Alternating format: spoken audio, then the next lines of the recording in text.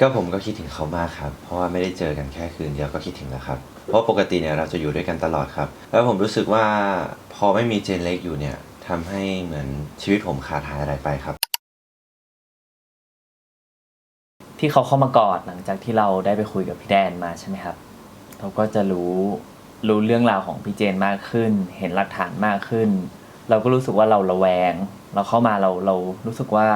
เราอยากจะมาเคลียร์กับเขาแต่พอเข้ามาแล้วเขาก็กอดเราเขาก็มานู่นนี่นั่นเราใช่ไหมเราก็รู้สึกดีรู้สึกคิดถึงเขาเหมือนกันจนเราเกือบจะลืมไปแล้วว่าเราจะคุยอะไรกับเขาแต่ตั้งใจมาเคลียร์ก็เลยปฏิเสธเขาไปก็คือเราก็ข้างในเราคือพยายามต่อสู้กับความรู้สึกของตัวเองที่จะรักเขาด้วยแต่ว่าความจริงมันก็อยากจะรู้เหมือนกันว่าที่เขาสิ่งที่คนอื่นเขาพูดอะจริงไหม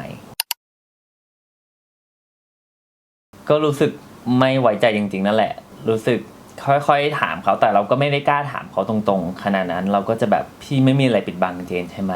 เราอยากให้เขาเป็นคนพูดออกมามากกว่าเพราะเราใจนึงเราก็รู้สึกว่ากลัวเขาจะเผยอีกมุมที่คนอื่นเห็นความน่ากลัวของเขามาใส่เราเหมือนกันกลัวที่เราจะผิดหวังกับเขารู้สึกว่าเจนเล็กเปลี่ยนไปครับไม่เหมือนเดิมครับเพราะว่าทุกครั้งเนี่ยเจนเล็กจะไม่ค่อยปฏิเสธและจะไม่มีปฏิกิริยาอะไรแบบนี้ครับแต่ครั้งนี้เนี่ยเขาหลังจากที่เขากลับจากบ้านมาผมก็ไม่รู้ว่าเขาไปฟังคนอื่นมาหรือเปล่าทำให้เขามีปฏิกิริยาแบบนี้มันทำให้ผมรู้สึกเสียใจครับที่เจนเล็กไม่เคยเชื่อใจผมเลยทั้งที่ผมพยายามบอกความจริงว่าผมเป็นคนยังไงแล้วก็ไม่เคยปั่นหัวเจนเล็กสุดท้ายเจนเล็กก็ยังไม่เชื่อผมเหมือนเคยแต่กลับไปเชื่อคนอื่นมากกว่าผมเรารู้สึกว่ามันดันไปตรงกันกับสิ่งที่พี่แดนบอกเราพอดีคือเขาพูดแบบนี้กับทุกคนใช่ไหมเราอยากจะรู้ด้วยแล้วเราก็อยากให้เขาปฏิเสธออกมาเพื่อที่เราจะไม่ต้องผิดหวังกับเขาเพราะว่าตอนที่เราอยู่ด้วยกันน่ะทุกอย่างมันดีมากไม่อยากให้เขาเป็นเหมือนที่คนอื่นพูดตอนนั้นไม่ได้ปฏิเสธครับแล้วตอนนั้นโทรศัพท์ก็เข้าพอดีครับเราก็รู้สึกว่ามันมาขัดจังหวะทำไม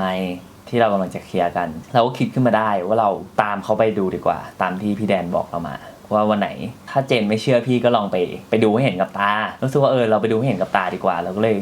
พี่รับสายเลยเดี๋ยวเราก็จะไปแอบคอยตามเขาไปอีกทีหนึ่งหงุดหงิดครับจะโทรมาทำไมเพราะว่าเรากำลังเคลียร์กันอยู่ครับแล้วก็ไม่น่าจะโทรมาเวลานี้เพราะมันเป็นเวลาส่วนตัวของผมแล้วก็โทรเข้ามาผมก็รู้สึกว่าไม่ควรที่จะโทรมาเลยก็ต้องไปเคลียร์นิดนึงครับหนึ่งคือเราก็อยากรู้ความจริงด้วยว่ามันเป็นเหมือนที่คนอื่นพูดมาไหมสองคือเราไม่อยากให้มันเป็นอย่างนั้นไม่อยากให้เขาเป็นคนที่น่ากลัวแบบนั้นจริงๆเฮ้ยคิดว่าจริงด้วยแสดงว่าเขาทำสิ่งนี้จริงๆแต่เราก็พยายามที่จะฟังเนื้อหาต่อว่าเขาพูดว่าอะไรเขาไปข่มขู่กันจริงๆไหมพอได้ยินแล้วก็รู้สึกว่ามันไม่เหมือนกับที่คนอื่นเขาพูดกันเลยคือเหมือนว่าตัวพี่เจนเขาจะทำในสิ่งที่ดีเป็นการช่วยเหลือแบบไม่ได้หวังอะไรตอบแทนก็รู้สึกชิบหายแล้วเราแอบตามเขามาดูเราก็พยายามแอบแล้วแต่เสามันก็เล็กด้วยเราก็ทำตกเราไม่รู้ว่ายังไงพี่เจนก็เรียกเราออกไปเลยเราก็ตกใจแล้วก็กลัวด้วยว่าเฮ้ยเขาจับเราได้เราจะโดนอะไรไหม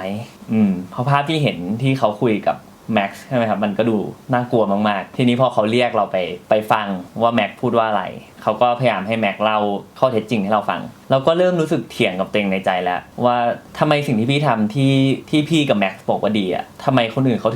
ถึงมองพี่เป็นอีกแบบหนึ่งเราก็มีทั้งเชื่อไม่เชื่อบ้างมันจะเป็นที่เรายังตัดสินใจไม่ได้ว่าเราจะเชื่อข้อมูลจากฝั่งไหนดีลูกกุญแจนี้พี่ไม่เคยให้มันกับใครมันเป็นสัญลักษณ์แทนความไว้ใจของพี่